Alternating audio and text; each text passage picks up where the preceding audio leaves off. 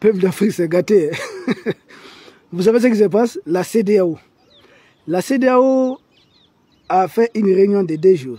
Il faut souvent que je vous partage certaines informations rapidement. Parce que ce combat-là, ensemble, mettre dans la main jusqu'au bout.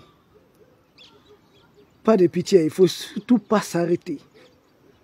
Parce qu'on doit communiquer davantage. Donc très rapidement, la CEDEAO, il y a une réunion à Abuja. Une réunion de 2 jours. Vous savez, c'est quoi au menu?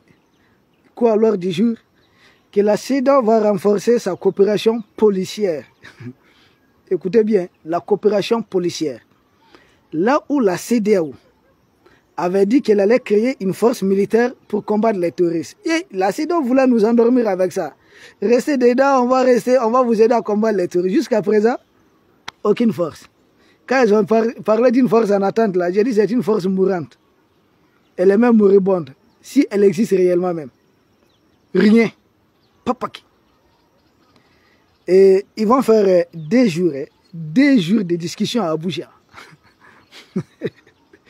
2 jours de discussion, bon, qui vont, les 12 pays restants de la CEDEAO, qui vont renforcer la coopération policière. Mais vous demandez, chaque pays a déjà sa police. Et c'est pourquoi maintenant, puisqu'on sait que la police ne va pas lutter contre les terroristes quand même, dans l'espace CEDEAO, loin de là.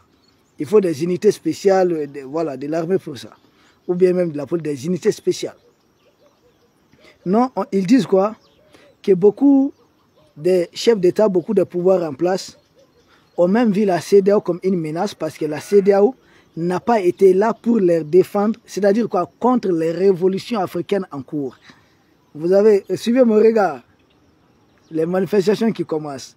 2 jours de réunion à Abuja, au Nigeria. Donc la police de la CEDEAO dit pour faire respecter l'ordre. C'est ça. Pour faire respecter l'ordre dans l'espace CEDEAO. C'est-à-dire, s'il y a des manifestations géantes dans un pays, la police du Nigeria, la police par exemple, je ne sais pas, de la Guinée-Bissau, la police du Libéria, vont venir aider les pays en question, les dirigeants en question à mater l'opposition. Est-ce que vous comprenez ce qu'ils sont en train de... C'est-à-dire la CEDEAO est en train de se joindre à une répression. Répression contre les populations. Au lieu de dire non à des 4e mandats, non, la CEDEAO... Donc, peuple ivoirien, écoutez bien ce que je suis en train de vous dire. Cette réunion vient d'avoir lieu à Abuja. Et quand nous donnons une information, allez n'importe où, l'information elle est imbattable. Ils savent de quoi nous sommes en train de parler. L'information, c'est toujours des sources sûres, propres, sources saines. Donc, la CEDEAO projette de mener des répressions contre les populations. CEDEAO là, créez votre force antiterroriste là-bas. En tout cas, nous ici dans l'espace AES, nous avons créé une armée unifiée de l'AES, laquelle armée nous a permis de recouvrir l'intégrité territoriale de notre pays. Maintenant, s'il reste des poches d'insécurité, c'est-à-dire ou des terroristes mercenaires, suivant les ordres et la planification de leurs maîtres, essaient de mener des attaques. Mais voyant que les camps sont tellement renforcés maintenant, ils s'attaquent maintenant à des usines, à des cibles molles.